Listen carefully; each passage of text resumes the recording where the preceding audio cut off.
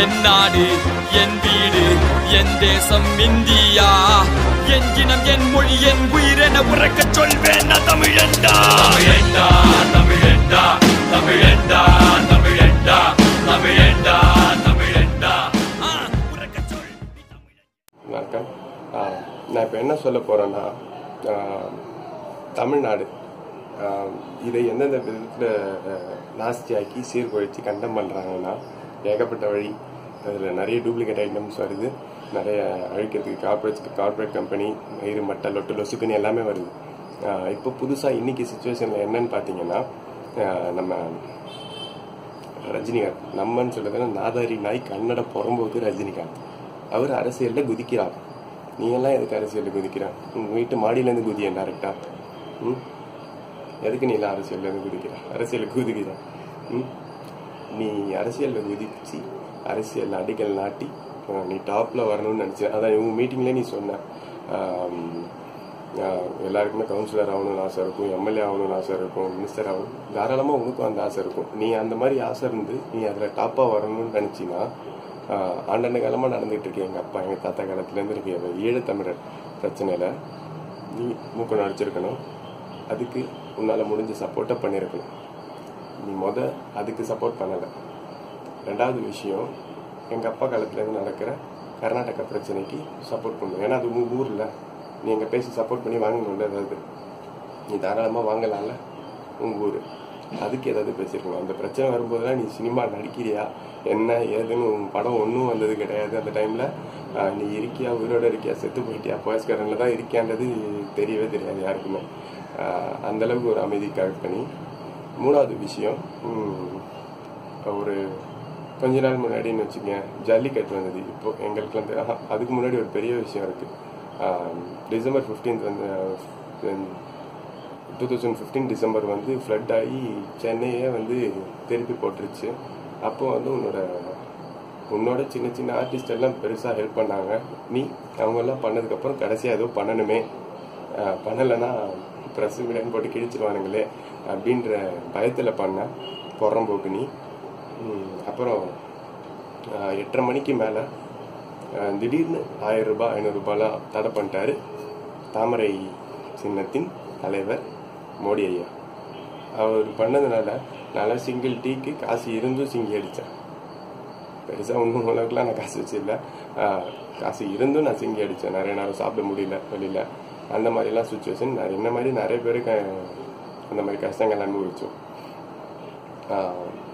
இன்னொன்று, அதுக்கு நீ என்ன பண்ணியிருக்கணும், ஏதாவது உன்னோட கோவங்களை நீ ஸ்ட்ரைட்டாக காட்டலனாலும் ட்விட்டர் ஃபேஸ்புக் மூலயமா வருத்தத்தை தெரிவிச்சிருக்கணும். நீ ஆனால் என்ன பண்ண, ட்விட்டரில் ஹேட்ஸ் ஆஃப் மோடிஜி அமாரா தேஷ்மந்த் ஹே அப்படின்ற அந்த ஆள்கிட்ட நீ வந்து நீங்கள் உங்களோட வேலையை வந்து சிறப்பாக செஞ்சுருக்கீங்க, அதாவது லஞ்சத்தை ஒழிச்சிட்டீங்க அப்படி இப்படின்னு சொல்லி எல்லாம் பெருமையாக பேசியிருக்க. என்ன மைத்துக்குன்னு கேட்குறேன். லஞ்சம் ஒழிஞ்சிருச்சா தமிழ்நாட்டில்? இல்லை. நீ என்ன மைத்துக்கு அந்த வார்த்தையை அப்படி பேசணும்னு கேட்குறேன். அதுக்கப்புறம் இந்த ஜனவரியில் ஜல்லிக்கட்டு அந்த பிரச்சனையில் நீ உயிரோட இருந்தியா செத்துட்டியானே தெரியல. அவ்வளோ ஒரு அமைதி. என்னோட சின்ன சின்ன ஆர்டிஸ்ட் எல்லாமே வந்து அவங்களால முடிஞ்சதை பண்ணாங்க. லாஸ்ட்டில் வேறு மாதிரி பண்ணாங்க ஒரு சில ஆர்டிஸ்ட்லாம். அதை விட்டுரு. என்ன, நீ அதில் பயங்கர அமைதியாக இருந்த. அவங்களோட பிளான்லாம் எப்படின்னு தெரியல. உன்னோட பிளான் அரசியலுக்கு வரணும். அதை நீ சொல்லிட்ட, புறம்போக்கு நாய் நீ. அப்போ அரசியலுக்கு வரணும் போது இதிலெல்லாம் வந்து ஒரு அனுதாப அலை, அதெல்லாம் அந்த மாதிரியாவது ஏதாவது ட்ரை பண்ணிருக்கணும். இதிலெல்லாம் அமைதியாக இருந்துட்ட புறம்போக்கு நீ. அப்புறம் இப்போ லாஸ்ட்டாக ஒரு மாதம் 42 நாளாக தமிழ் விவசாயிகள் டெல்லி குளிர்லையும் மழையிலையும் அம்மனமாக அரை நிர்வாணமாக படுத்துட்டு இருந்தான் நடு ரோட்டில். அதுக்கும் நீ ஒன்றுமே பண்ணல.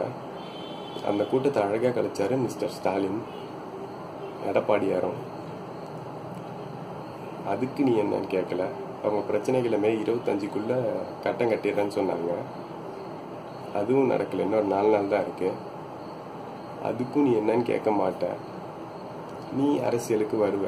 எப்படி தெரியுமா நீ வருவ? தமிழ்நாட்டில் இவ்வளோ பிரச்சனை இருக்கும்போது இந்த பிரச்சனையெல்லாம் கண்டுக்காம படம் வரும்போது பால் அபிஷேகம், மோர் அபிஷேகம், பீர் அபிஷேகம், மயிர் அபிஷேகம், மட்டர் அபிஷேகம் அதெல்லாம் பண்ணுறானுங்க. அந்த புறம்போக்கு நாய் அந்த 7500 பேர் இப்போ வந்தானுங்கல்ல, பேப்பரில் கூட போட்டானுங்கல்ல. 15, 16, 17 உன்னோட மீட்டப்போ வந்து பார்க்குறாங்கன்னு சொல்லி அந்த புறம்போக்கு நாய் மொல்ல மாதிரி முடிச்சவிக்கி பசங்களால நீயும் ஒரு மொல்ல மாதிரியே ஆயிருக்க. சொட்டத்தலையா, நீ உன்கிட்டலாம் என்ன இருக்குன்னு நீ எல்லாம் அரசியலுக்கு வர? நீ எல்லாம் என்ன மயத்துக்கு நீ வரவே தேவையில்லை. தப்பா பேசுறேன்னு நினைக்காதீங்க. மயிருன்றது சுத்தமான தமிழ் வார்த்தை. இந்த மாதிரி புறம்போக்க நான் சுத்தமான தமிழ் வார்த்தையில இங்கேருந்து பேசணும்னு நான் நினைக்கிறேன். இதை விட கெட்ட வார்த்தைலாம் வருது. எல்லாருமே பொதுவாக பார்ப்பாங்களே இந்த வீடியோன்னு சொல்லிட்டு நான் புறம்போக்கு நீ எல்லாம் எதுக்குடா அரசியலுக்கு வர?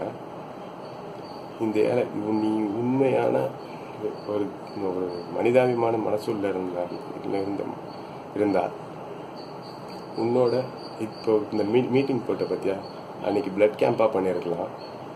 இல்லைன்னா அவங்கள பிளட் டொனேட் பண்ண சொல்லியிருக்கலாம் அன்னைக்கு. அப்படி இல்லைன்னா ஆர்கன் டொனேஷனை பற்றி சொல்லியிருக்கலாம். அதெல்லாம் சொல்ல அரசியலில் குதிக்கிறேன். போய் மாடியிலேருந்து குதிக்கிறேன். திரும்பவும் சொல்கிறேன், தூம எதுக்கு நீ எல்லாம் அரசியலுக்கு வர? சரி, இன்னொன்று ஒன்று சொல்லியிருக்கேன். அதே நான் இந்த ஸ்டேஜ் ஒன்று சொல்லியிருக்கேன். எனக்கு 67 வயசு, நான் 23 வயசு வந்து கர்நாடகாலே இருந்துட்டேன்.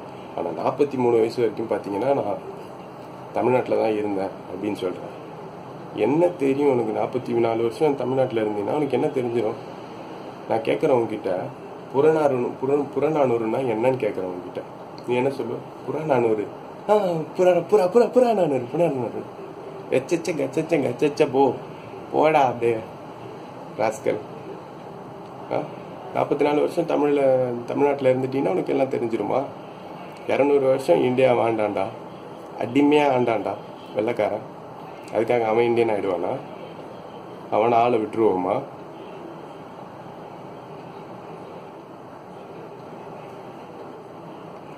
ஆ, 44 வருஷம் மார்க் தட்டிக்கிறேன் நாய். இன்னும் தமிழில் சில வார்த்தைகளை வந்து அழகாக உச்சரிக்க தெரியாது, தமிழ்னே முழுசா சொல்ல முடியாது. நீ எல்லாம் அரசியலுக்கு வர, பின்னாடி நிறைய ஆளுங்க இருக்கு. போய் நீ அது மாதிரிலாம் இருக்க. அந்த ஆளுங்கெல்லாம் யாரு என்ன ஏதுன்னு நீ போடுற போஸ்ட்லேயே தெரியும்.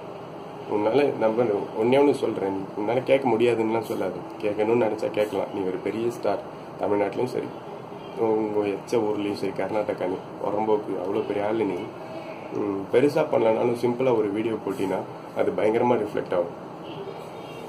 அதெல்லாம் விட்டு அரசியலில் குதிக்கணும். திரும்ப திரும்ப சொல்கிறேன், எல்ஐசி பில்டிங்லேருந்து குதி. நீங்களாம் குதிச்சுனா கூட ஒரே நாள் 1 நாளில் முடிஞ்சிடும் பிரச்சனை என்னன்றது. நீங்கள் எல்லாம் தயவு செஞ்சு அரசியலுக்கு வராத. நீ வரணும்னு யாரும் விரும்பலை. விரும்புகிறவன் ஒரு குறுகின மனசு உள்ளவன், ஒரு யோசிக்கிற தன்மை இல்லாதவன், இன்னைக்கு நாட்டை பற்றி புரிஞ்சிக்காதவன் தான் நீ வரணும்னு நினைப்பான். நீ வந்து இருக்கிறவங்க பயங்கரமாக கட்டம் கட்டினாங்க, நீ அவங்களுக்கு மேலே சூப்பராக கட்டுவேன்றது என்னோட நம்பிக்கை. ஆனால் இருக்கவங்கலாம் செம்மையாக செஞ்சுட்டாங்க. நீ இன்னும் செம்மையாக செய்வேன். நான் உன்னை பார்த்து நான் சென்னை ஃப்ளட்லேயே பார்த்துட்டேன் நீ என்ன மாதிரி ஆளுன்னு. ஆனால் நீ செம்மையாக செய்வேன். அதனால் உன்னை விரும்புகிறான் பார்த்தியா? உன்னை விரும்பி நீ அரசியல் வரணும்னு நினைக்கிறவன் முட்டாள் அப்படின்ற வார்த்தையை மட்டும் நான் சொல்லிக்க விரும்புகிறேன். நீ தமிழ்நாடு 44 வருஷம் தமிழ்நாட்டில் இருந்த அப்படின்ற வார்த்தையை திரும்பவும் சொல்லாத. எங்கேயோ ஒரு மூலையில் இருந்து தமிழை பற்றி தெரிஞ்சிக்காம இருக்கு. தமிழ்னு சொல்ல தெரியாத நாய் நீ. தமிழ்னு தமிழ் தமிழ் சொல்லிப்பார். போகும்போது அரசியலுக்கு வர நீ வச்சப்ப பற்றின பேசுறதே பேசுறா சொட்டத்தலையா. குடும்பமே ஒரு அல்பமாக குடும்பம் பற்றி பேசுறது இருந்தா என் டைம் வேஸ்ட் பண்ண விரும்புகிறேன். தமிழ்நாட்டை பற்றி பேசுறதுக்கு எனக்கு நிறையா இருக்குது. இந்த மாதிரி மொல்ல மாதிரி முடிச்ச வைக்க பற்றி நான் பேசுறதுக்கு எனக்கு டைம்.